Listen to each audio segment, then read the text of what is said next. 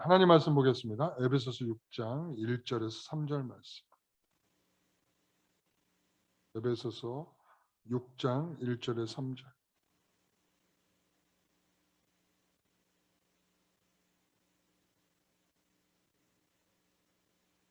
제가 읽겠습니다. 자녀들아, 주 안에서 너희 부모에게 순종하라. 이것이 옳으니라. 내 아버지와 어머니를 공경하라. 이것은 약속 있는 첫 계명이니 이로써 내가 잘되고 땅에서 장수하리라. 아멘. 현실의 신앙생활 네 번째, 자녀에게입니다. 자녀에게. 우리가 이 말씀의 문맥을 좀 이해할 필요가 있습니다. 지금 어느 점을 지금 우리가 하고 있는가, 어떤 내용의 맥락에서 이 말을 하고 있는가 다시 한번 이해할 필요가 있습니다.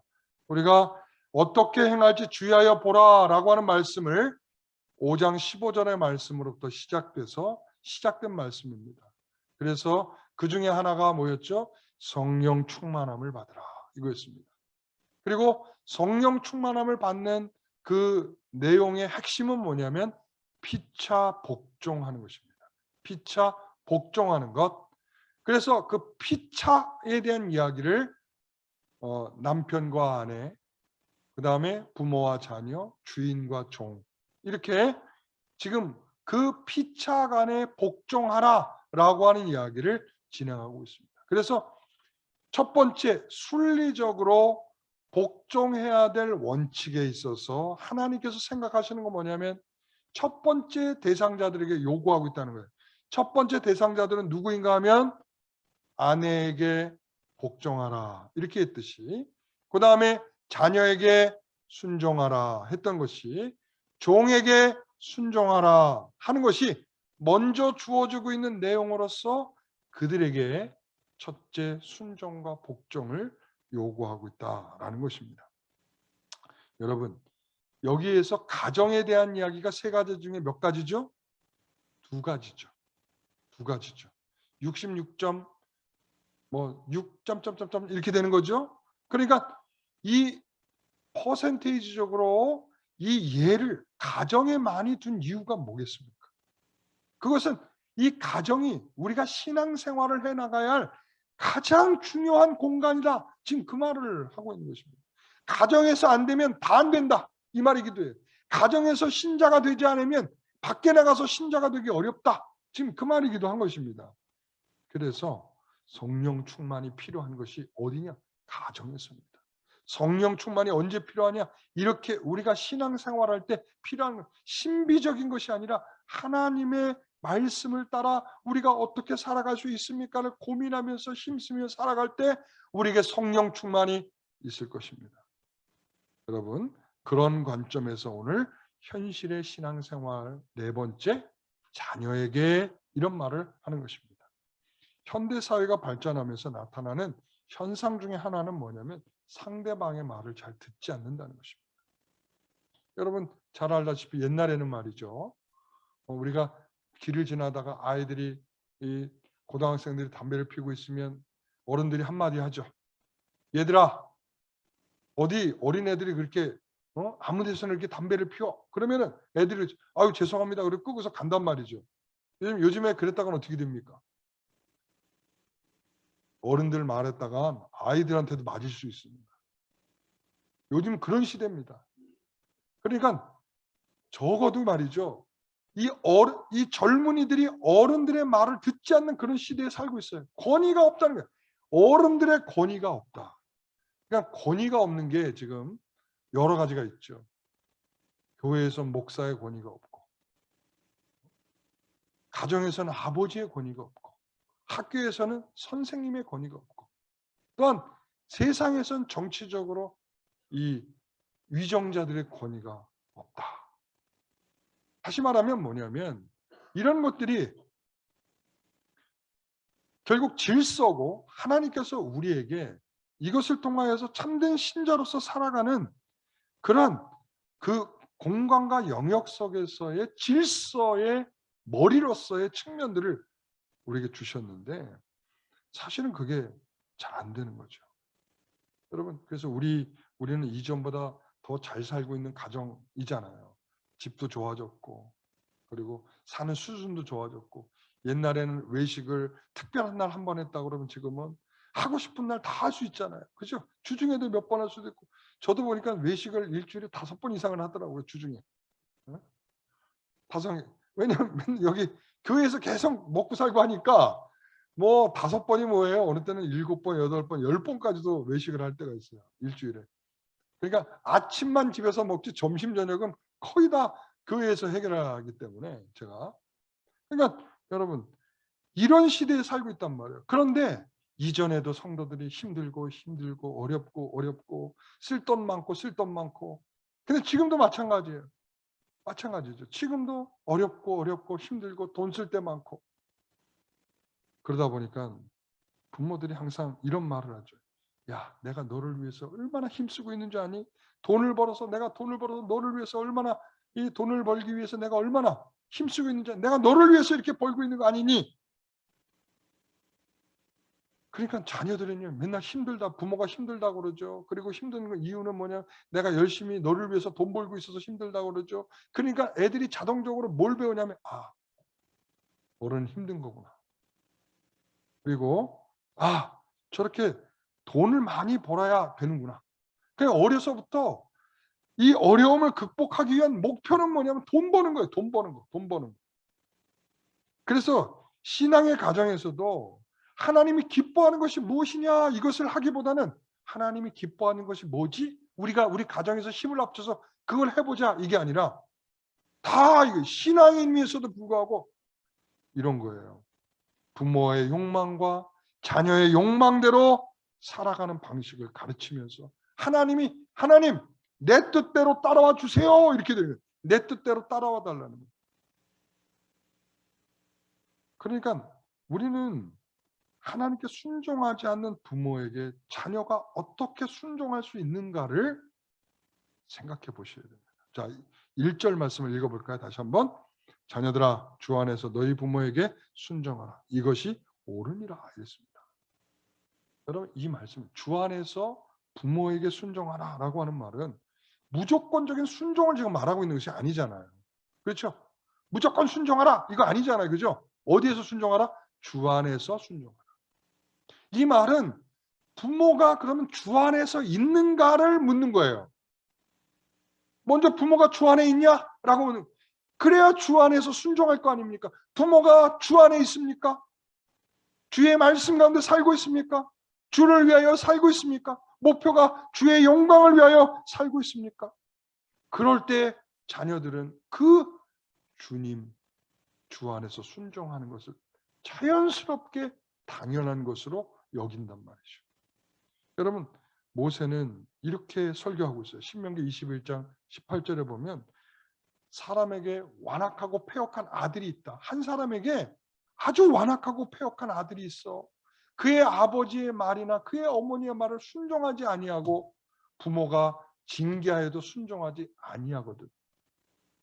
그러니까 얼마나 이 나쁜 녀석인지 말이죠.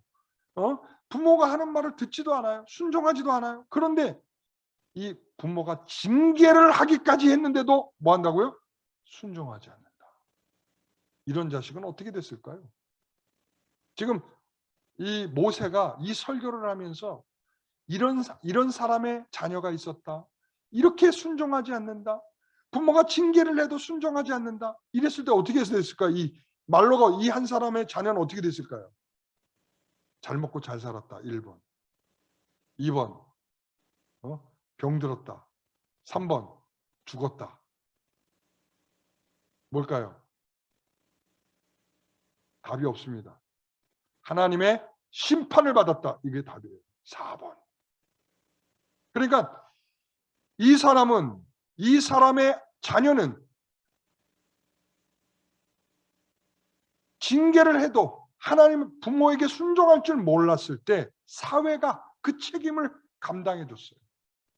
첫째는 가정, 두 번째는 이 사회가 그래서 돌맞아 죽었어요. 돌맞아 죽는. 부모에게 공경하지 않는 자녀는 돌맞아 죽는 것입니다. 당시에는 이게 뭐냐면 경계. 이걸 넘어가면 죽는다. 이거 넘어가면 위험해. 이거 넘어가면 안 돼. 이거는 뭐 하나님 기뻐하지 않아? 이렇게 하면 하나님 심판해? 라고 하는 경계. 징계라고 하는 말은 뭐냐면 경계라는 말이에요. 이 경계가 주어져야 돼요. 이러한 경계가 주어지지 않으면요, 부모는 하나님을 거역하는 자들로 만드는 거예요. 자녀들이 뭘 멈춰야 될지 몰라요. 그렇죠. 식당에 갔는데 식당에 가서 그러잖아요. 자녀들이 막 뛰어다녀. 옆에 있는 테이블에 있는 사람이 불편할 수 있잖아요. 그러면 한마디 한다는 거죠. 좀 아이를 좀 앉혀주면 안 될까요? 그래서 아유 죄송합니다. 그렇게 하겠습니다. 지금 식당에서는 뛰는 거 아니야. 라고 자녀에게 알려줘야 되는데 뭐라고? 쥐가 뭔데? 이렇게 되는 거죠. 이래 가지고는 아이들에게 경계를 제대로 지어줄 수 없는 거예요. 지금 식당에서 뛰면 안 된다는 공공질서를 제대로 알려줘야죠. 여러분, 그래서 이런 경계를 지어주지 않으면 자녀들은 말이죠, 그 자연스럽게 하나님이 기뻐하지 않는 자녀들로 만드는 것입니다. 제가 우리 부모들이 이런 이야기를 해요. 왜 요즘에 아이가 교회 안 나올까요? 그러면 아유, 목사님, 쟤는 내 말 안 들어요. 그래서 더 이상 이야기 안 합니다. 자녀들은 아마 이렇게 부모가 말할 수 없다면, 사회가 말하지 않는다면 그 아이는 경계를 잃어버리는 것입니다. 여러분, 그것이 자녀에게 저주입니다. 부모가 경계를 말해주지 않을 때 자녀는 그 자체가 저주인 것입니다. 그렇게 부모를 대하는 태도를 통하여 뭘 배우는 거냐면 하나님을 거역하는 태도를 배우는 겁니다. 부모의 말을 안 듣는 거, 이게 단순한 게 아니에요. 부모의 말 듣지 않는 거, 여러분 이걸 단순하게 여기서는 안 돼요. 성경이 뭐라고 그러냐면 로마서 1장 28절을 보십시오. 같이 읽어봅니다. 또한 그들이 마음에 하나님 두기를 싫어하며 하나님께서 그들을 그 상실한 마음대로 내버려 두사 합당하지 못한 일을 하게 하셨다. 여러분, 하나님을 마음에 두기 싫어함으로 인해서 하나님께서 그들을 그 상실한 마음대로 내버려 두셨다 했어요. 그래서 하나님 앞에 합당하지 못한 일을 했는데 합당하지 못한 일이 뭐냐? 30절. 마지막에 뭐라고 돼 있어요? 부모를 거역하는 자요. 그러니까 하나님을 하나님의 마음에 두기 싫어하고 그리고 상실한 마음으로 하나님이 내버려 두니까 그가 하는 행동이 뭐냐? 하나님을 거역하더라. 이것이죠. 디모데후서 3장에도 보면 말세에 고통하는 때가 된다. 이때 되면 사람들이 자기를 사랑하며 돈을 사랑하며 자랑하며 교만하며 비방하며 그리고 부모를 거역하며 감사하지 아니하며 이렇게 된다는 거예요. 그러니까 하나님 앞에 살아가는 성도들이 이 말세에 고통하는 때에서 나타나는 이 고통하는 때 누구의 말을 듣지 않는 자녀, 그리고 사회에서도 누구에게도 말할 수 없는 이 분위기, 젊은이들이 어른들의 말을 듣지 않는 이 분위기, 교회에서도 부모 같은 성도들이 말할 때 자녀가 듣지 않고 불편하게 여기는 이 모습들, 절대 이게 하나님의 질서와 또 하나님의 말씀 가운데에 옳은 것이 아님을 기억하셔야 됩니다. 자녀들은 부모에게 순종하는 것이 신앙이라는 것을 생각하셔야 합니다. 부모를 거역하는 자녀를 내버려 두는 것, 하나님 앞에 합당치 못한 일을 하도록 하는 것이며, 여러분 이 자체가 엄청난 심판이라는 것을 기억하십시오.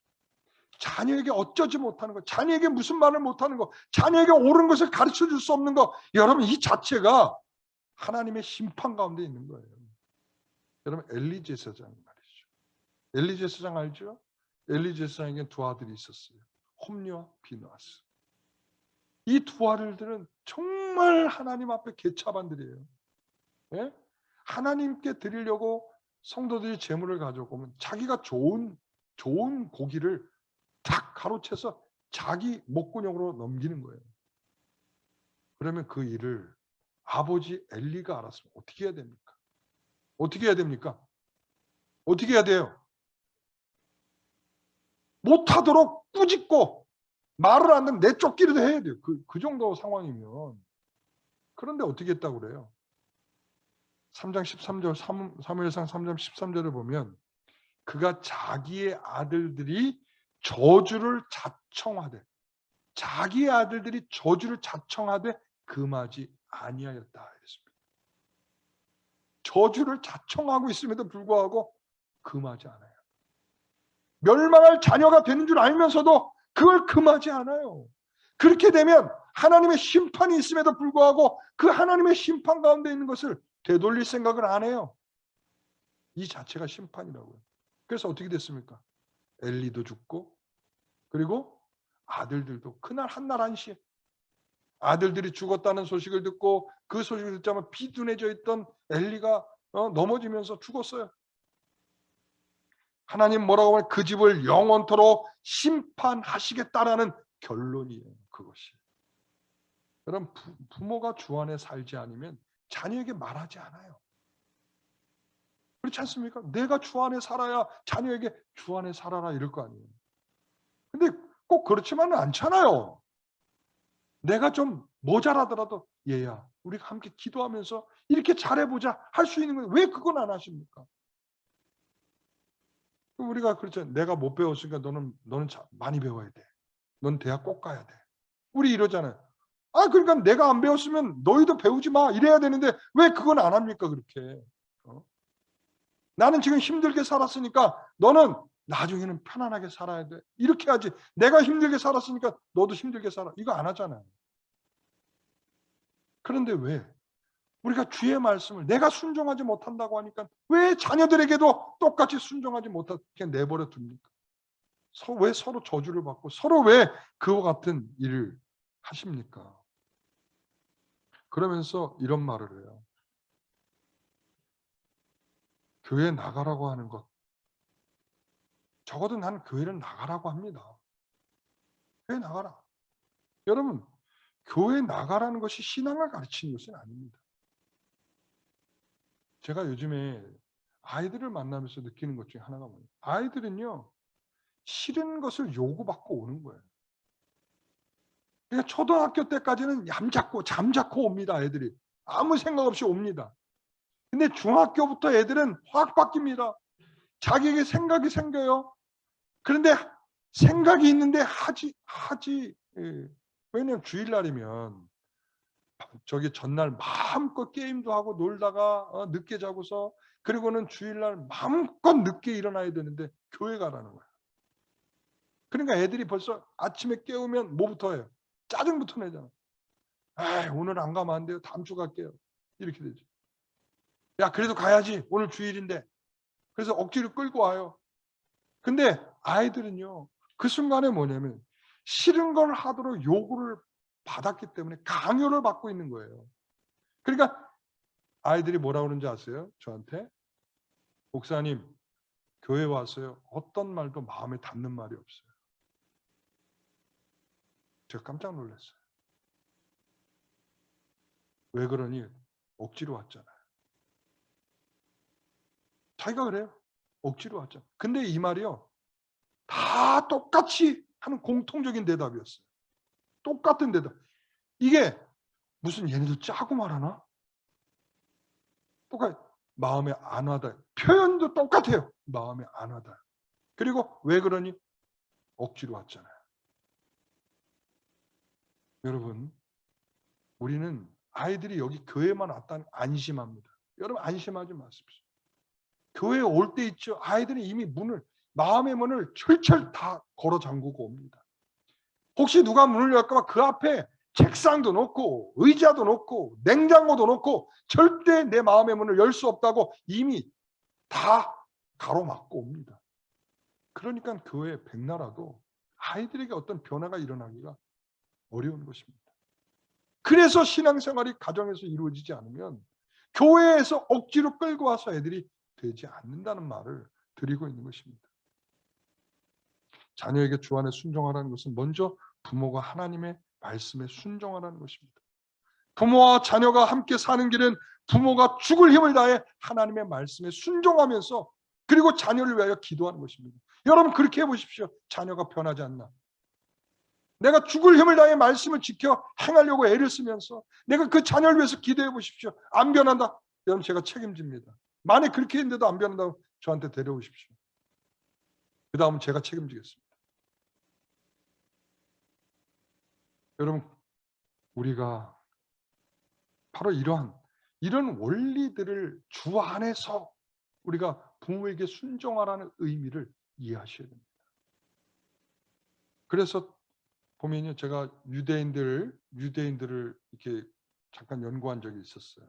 이 유대인들이 저녁이면 다 학교 갔다 오고 직장 갔다 오면 저녁 되면 다 같이 모여요. 같이 식사를 이렇게 합니다. 식사를 다 끝나고 나면 이 상을 탁 치우고 그다음 차 한 잔씩 티를 탁 마시면서 그때부터는 이제 진지한 토론들이 시작을 해요. 그러니까 보통 자녀들이 살아가는 삶의 가치관, 그리고 종교관, 신앙관, 그리고 또한 경제관, 어떻게 내가 직장 생활에 어떻게 내가 돈을 벌어야 되고 어떻게 이런 모든 것들의 경제관들을 부모로부터 배워요.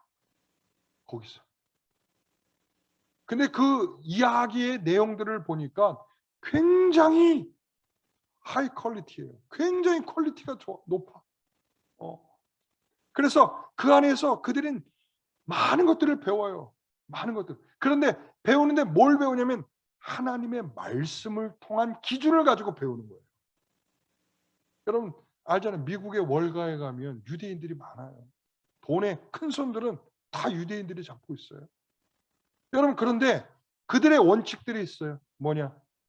유대인들에게 돈 빌려줄 땐 이자를 안 받는 거예요. 이미 그게 언제 형성되냐면 가정에서 부모로부터 하나님의 말씀에 따라 신명기의 말씀이 있잖아요. 동족들에게는 이자를 받지 말고 그리고 꾸어줘도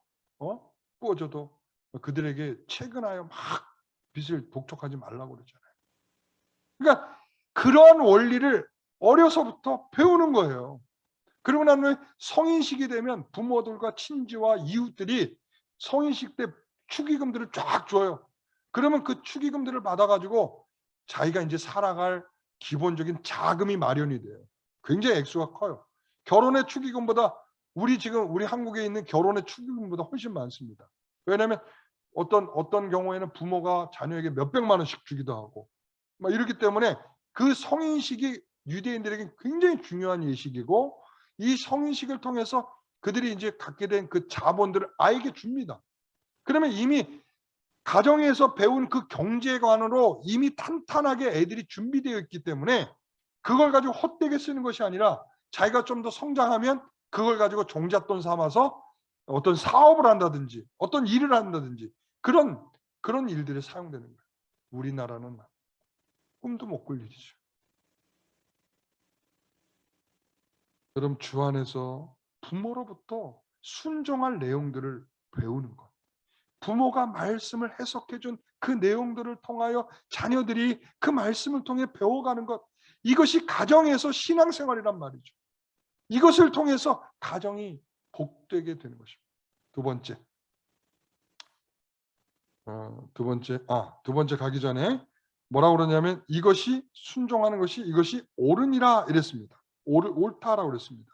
이 옳다라고 하는 것은 뭐냐면 하나님께서 창조적 질서라는 거예요. 창조적 질서. 그래서 우리가 봄이 지나면 여름이 오고 여름이 지나면 가을이 오고 이렇지 않았습니까? 그리고 밤이 지나면 아침이 오고 이게 하나님이 우리에게 주신 창조적인 질서예요. 창조적인 질서. 예? 그리고 제가 어릴 적 처마 밑에 보면은 제비들이 이렇게 집을 짓고 있단 말이죠. 예? 제비들이 집을 짓고 있어요. 그러면 거기서 이제 알이 부화하고 그러고 나면 이 새끼들이 짹짹짹거리고 난리가 납니다. 그러면 이 어미새가 날아가서 바쁘게 왔다 갔다 합니다. 그러면서 그 노란 입을 벌려가지고 주세요 주세요 하고 있을 그때에 어미새가 탁탁 갔다가 먹이는 거예요. 탁탁 갔다가 먹여요. 기억력도 좋은가 막 갔다가 얘 먹이고 쟤 먹이고 다 이렇게 먹이더라고요. 자, 뭐냐면 이게 창조적 질서예요. 어미에게는 이 새끼가 부화해서 이제 날아가서 자기의 목을 할 때까지는 부모인 어미새가 먹여주고 보호해주고 책임져주고 이것을 감당하도록 이 밈을 들인 새들에게도 하나님이 창조적 질서에 둔 일이에요. 다시 말하면 부모가 하나님의 말씀으로 자녀를 양육하는 그 질서를 하나님께서 두셨고, 그리고 자녀는 그 질서에 따라서 살아가는 것이 옳다라는 것을 말하고 있는 것입니다. 그래서 주의 자녀들이 그 창조 질서를 따르는 것을 하나님께서는 기뻐하십니다. 두 번째 2절의 말씀 같이 읽습니다. 내 아버지와 어머니를 공경하라. 이것은 약속에 있는 첫 계명이니. 바울은 자녀들이 그들의 부모를 공경하도록 가르치고 있습니다.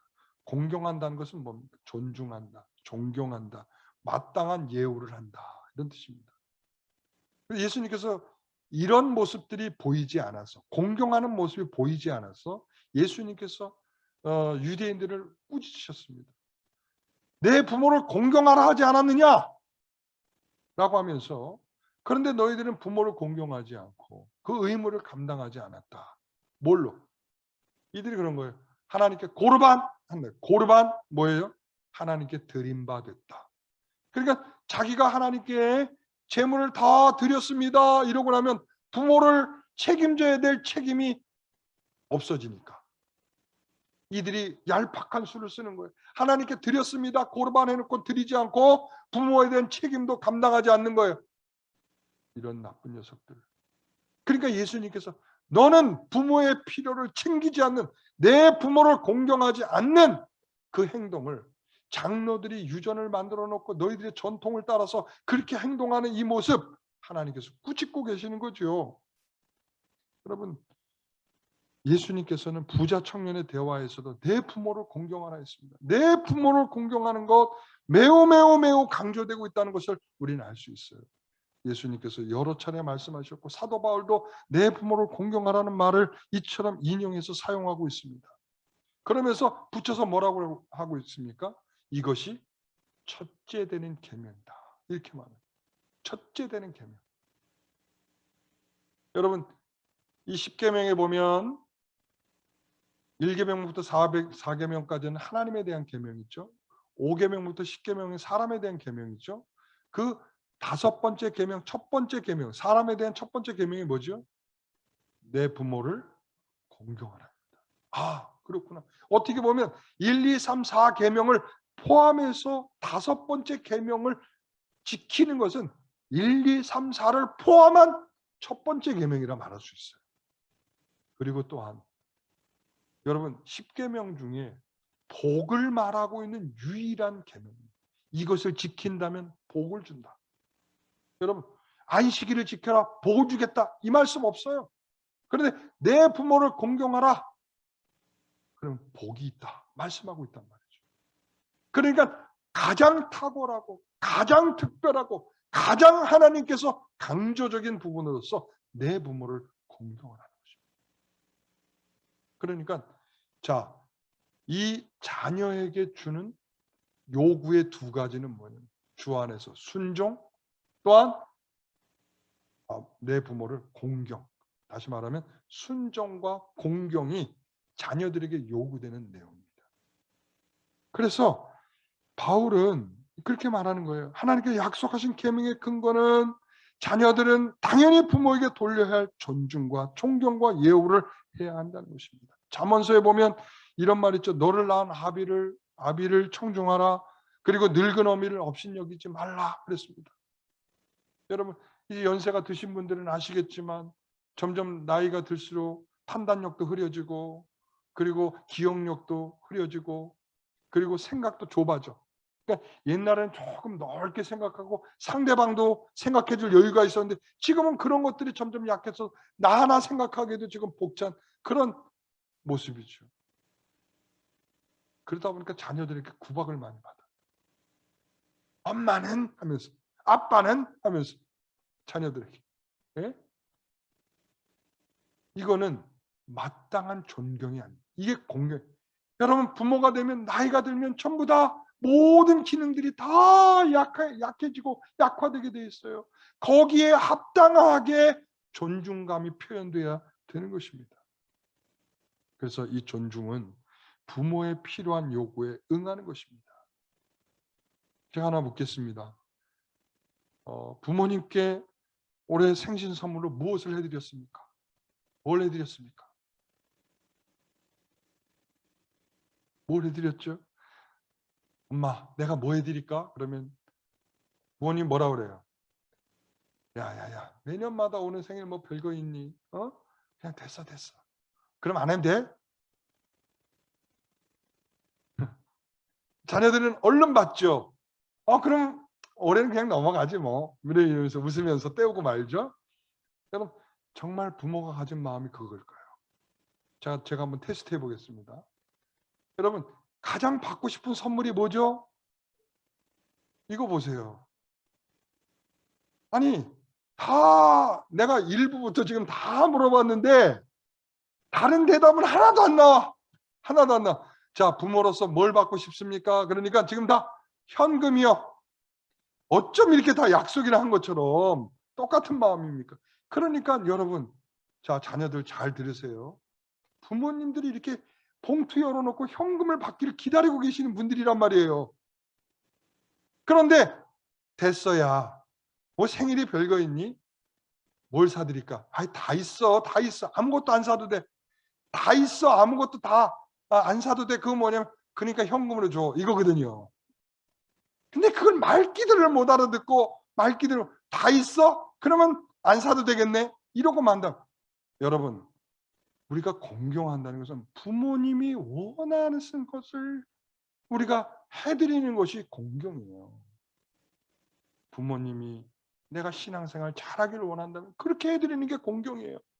그리고 내가 먹고 싶으신 것이 있으면 그것을 사드리는 게 공경이라고요. 다른 게 공경이 아니에요. 그래서 제가 어떤 경우 보니까 이렇더라고요. 어떤 집에 예전에 가봤더니 그런 거예요. 여러분, 요즘에 그 BTS가 선전하는 바디 프렌드 있잖아요. 그 안마기. 그거 좋다고. 그러면서 거기서 광고해 보니까 그러더라. 그 엄마한테 선물해 주더라고요, 그거를. 근데 젊은 부모들에게는 그게 좋은 것일 수 있어요. 괜찮을 수 있어요. 그런데 연세 많이 드신 분들한테는 그거 별로 안 좋. 차라리 따뜻한 온돌 그 뭐죠? 온돌 침대? 따뜻한 온돌 침대가 낫지. 그거 바디 프렌드 안마기 그거 다 소용없어요. 내가 몇 집을 가봤는데 전부 다 거기에 다 뭐가 있냐면 신문을 쌓아놓은 집. 그리고 어떤 집은 그 휴지 있잖아요. 휴지 그 두루마리 그 있죠? 비닐에 있는 거. 그게 거기에 다 안 쓴다는 거예요. 안 쓴다는 거예요. 여러분 몇백만 원짜리를 선물하면서 자신은 뿌듯하게 했을 거 아니에요. 그죠? 부모에게 야 내가 몇백만 원짜리 선물한다 이랬을 거 아니에요. 근데 부모가 정작은 안 써. 그건 의미가 없다. 공경은 그런 방식으로 하는 게 아니라 부모가 원하는 방식을 우리가 따라드리는 것이 바로 공경이다. 자, 그 공경함의 결과가 뭡니까? 3절 같이 읽어봅니다. 이로써 내가 잘되고 땅에서 장수하리라. 여러분 그렇습니다. 이렇게 부모를 공경하는 것에 대한 결과가 땅에서라는 거예요. 땅에서. 출애굽기에서 보니까 출애굽기 20장에 보니까 뭐라고 되냐면 내게 준 땅에서. 신명기 5장에 보니까 내게 준 땅에서 내 생명이 길리라 이렇게 말. 내게 준 땅에서. 저는요. 땅에서 하나님이 우리에게 그렇게 축복을 주시겠다고 이렇게 여러 번 얘기하는 건 처음 봤어요.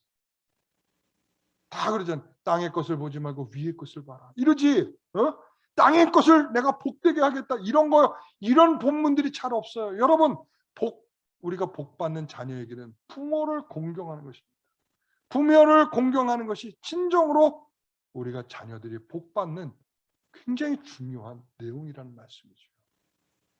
그래서 이것이 영적이기도 하지만 하나님께서 내게 준 땅에서 라는 말에서 보듯이 우리가 사는 날 동안 주어지게 되는 복일 것입니다. 그러나 이런 것은 있어요. 이게 보편적인 하나님께서 우리에게 주시는 약속의 말씀이지만 모든 이에게 적용되지는 못합니다. 왜 그랬습니까?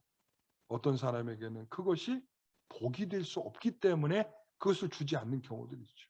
장수해가지고 그냥 하나님 앞에 못되게 굴고 점점 하나님 앞에 영광을 가리고 살아간다. 그러면 장수 안 하는 게 더 복이죠. 그 사람에게. 그러니까 그런 차원이 있기 때문에 하나님께서 보편적인 원리로 그들에게 장수하리라 이렇게 말씀하고 있지만 모든 이에게 그렇게 적용되는 것은 아니다라는 것이죠. 여러분, 그러나 중요한 단서는 하나님께서 우리에게 땅의 복을 내 부모를 공경하는 것에 두고 있다는 것을 기억하십시오. 오늘 자녀들이 복 받는 길은 뭐라고요? 뭐라고요? 부모를 공경하는 것입니다. 여러분, 자녀들이 복 받게 하는 비결이 뭐라고요? 부모를 공경하는 것입니다. 여러분, 주 안에서 순종하도록 하나님께 순종하는 부모의 모습을 보이는 것입니다. 여러분, 이것이 저와 여러분에게 그러한 부모, 그러한 자녀가 되시기를 간절히 축복합니다. 기도하겠습니다. 하나님께서 부모는 하나님의 대리적 권위를 가진 자로 주신 줄 압니다. 자녀를 통치할 하나님으로서의 부모의 역할, 우리가 그 역할을 잘 감당할 수 있도록 하나님 저희들에게 은혜의 마음을 주시고 먼저 순종하는 마음을 주시고 먼저 말씀을 갖고 씨름하며 자녀들 앞에 하나님 앞에 순종하는 모습으로 자녀들에게 보이고 교육하고 가르칠 수 있는, 그리고 자녀들에게 주 안에서 순종할 것을 가르칠 수 있는 그런 부모가 되게 하여 주옵소서. 그것을 보면서 순종하는 자녀들이 되게 하여 주시옵소서. 말세에는 부모를 거역한다 하였습니다. 말세의 고통이 그렇다 했습니다. 하나님이 상실한 마음대로 내버려 두니까 부모를 거역한다 하였습니다. 하나님, 우리가 그러한 자가 되지 않도록, 우리 자녀들이 그러한 자들이 되지 않도록 하나님 인도하여 주시고 저희들을 은혜로운 부모와 자녀 되게 하여 주옵소서. 예수님의 이름으로 기도하옵나이다. 아멘.